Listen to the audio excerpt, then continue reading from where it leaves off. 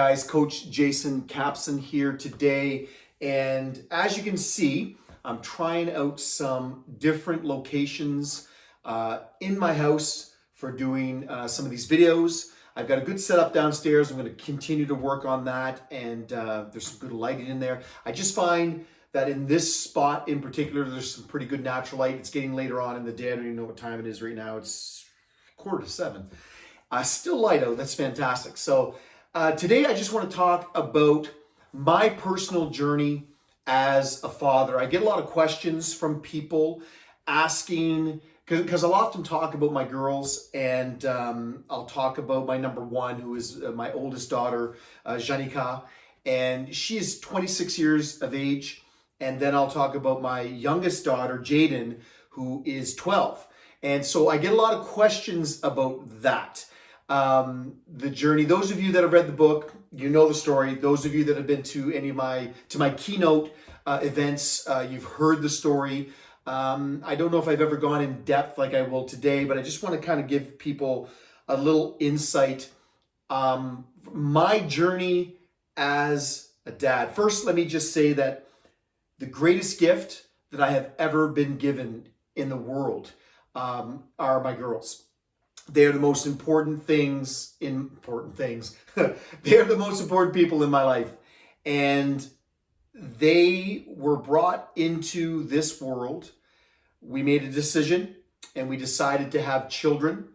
And the interesting thing about kids is they don't have a say in who they have as a mother or as a father. They don't have a say in who raises them. They get brought into the world. We make that decision. We made that decision. Many years ago, Monique and I decided that we were going to try and have children. And I was very young when we had our first daughter. And those of you that know that story, it's a pretty traumatic, it's a pretty sad story. And just sort of to put it in a nutshell, we lost our first daughter. She lived for 2 hours. She was born, and we held her in our arms for her entire life. And it was tough. I was in my early 20s. I had just lost my brother in a motorcycle accident. I had just lost my best friend and training partner who committed suicide. In fact, on the way to the IWK, the specialty hospital, Grace Maternity in Halifax, Nova Scotia, on the way there to give birth to our first child, we had to stop at the wake for my training partner and best friend at the time, Donnie Casey. And we didn't make it to his funeral because the day of the funeral, we were supposed to give birth to our daughter, which we did. Her name was Jessica Ann. And like I say, she lived for approximately 2 hours and died in our arms. Now, the doctor told us at the time that there was a 50-50 chance that if we got pregnant again, that the same thing could happen. And I was married to a woman, an incredible woman who was very, very strong, very, very stubborn, and refused to give up. And she said, I don't care what the odds are, we're having a baby.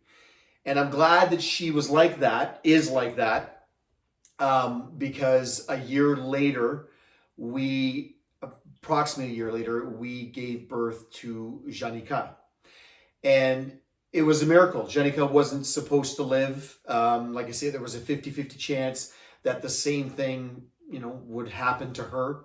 And she was an absolute perfect child in every way. People warned us about the terrible 2s. They warned us about the crazy 3s, the violent 4s, the obnoxious 5s, all the stuff. They told us all about that. And it never happened. I would bring Janika with me. Monique was with Janika the first year of her life, all the time, full time. And I worked. Obviously, I was there as a dad. But then the second year, I decided to stop working, and I spent the whole second year of Janika's life with her. We went to the mall together, and I just used to let her walk around because she looked like this little doll, and people would, point, and she would love the attention, and it's probably why she likes the mall so much right now. she's always loved them all, always loved shopping, but she was a perfect child. Literally, Monique and I could take her anywhere. I could have her sitting right here, just like my Mana water bottle. Shameless plug. Just like she could literally be this water bottle. She would sit right here, listen to me talk, because it's what I do. And she would sit there literally for hours and not say a word. She wasn't fussy. She slept through the nights. She rarely cried. She was legitimately a perfect child who turned into a almost perfect teenager, and then into a perfect woman, a perfect, young adult. And Janika, she really spoiled us because we just assumed that all children were like her, and they're just not. She was a very, very special little girl. And because of that, Monique and I, we decided we wanted to have more children. And we went through hell and back and had 4 late-term miscarriages after Janika was born. So babies number 3, 4, 5, and 6 were late-term miscarriages. A horrible thing to go through. And as a dad, and as a father, and as a husband, I can't even explain to you what it feels like to watch your wife suffer like that and go through what she went through and still battle and fight and she wanted another baby so badly. And then number 7, Justin, a little baby boy, was born and died at birth. And that one was really, really, they were all hard. They were all difficult. That one was really, really hard on me because there's just something about a dad and a father. I love my girls to death, but this little baby boy who died, it was hard on me because he sort of was in the embodiment of my brother who had died and Monique's brother who had died. And not that he was a replacement or anything like that, but I think, any of you that have gone through that, you kind of get what I'm saying. It was just tough. And at that point I was done. I said to Monique, I'm done. We're done. I'm getting fixed. We're not having any more babies. I can't go through this anymore. She was done. She was exhausted. And before I was able to get to my appointment to get neutered, Monique got pregnant again. And at the age of 45, gave birth to another baby girl. And approximately 15 years between Janika and Jaden. And you can imagine at that age, there was a potential for a lot of complications. There was a potential for Down syndrome. There was a potential for cerebral palsy. There's all kinds of risks being pregnant at that age, giving birth at that age. And once again, when it just said, I don't care. We're whatever complications, we will get through them together. We will, whatever happens to this baby, if the baby lives, no matter what its issues, its complications, we will be the parents and we will do the best we can and we will do everything possible. We just didn't think it was going to happen. We just didn't think that this baby would be born and stay alive.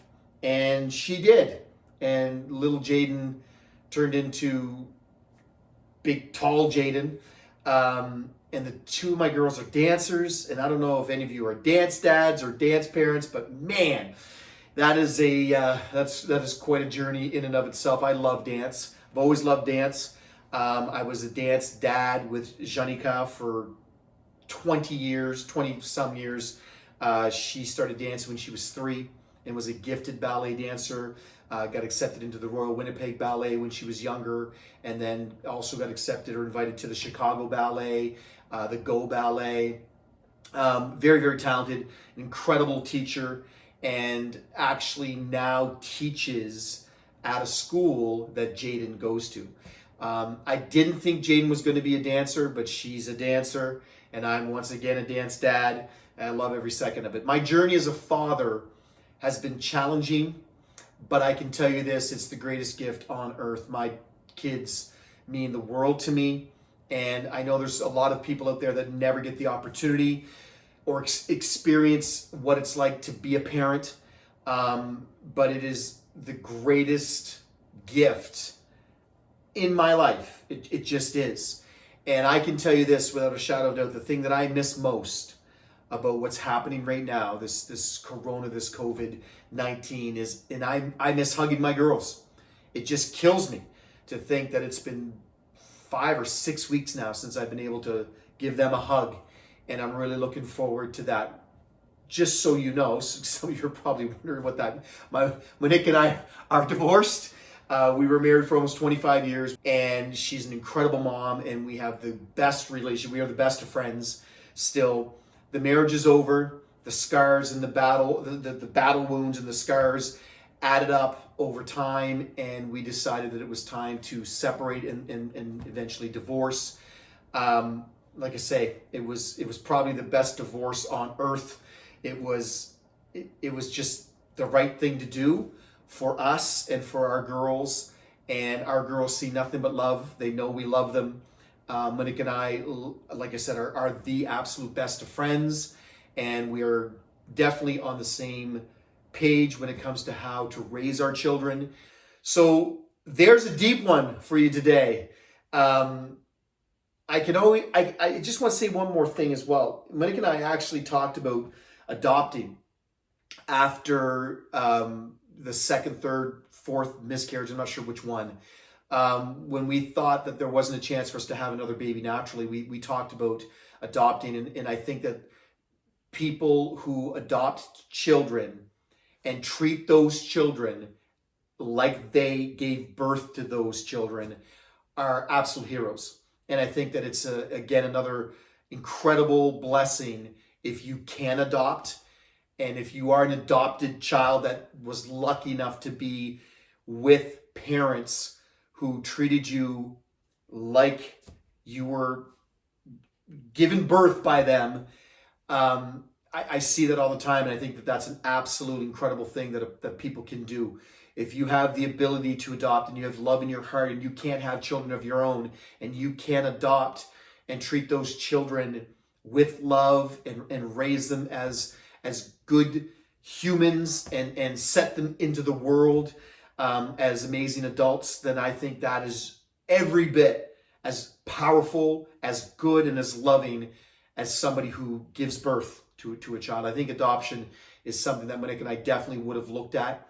But we ended up having our 2 children like we wanted, and life just turned out pretty good that way for us.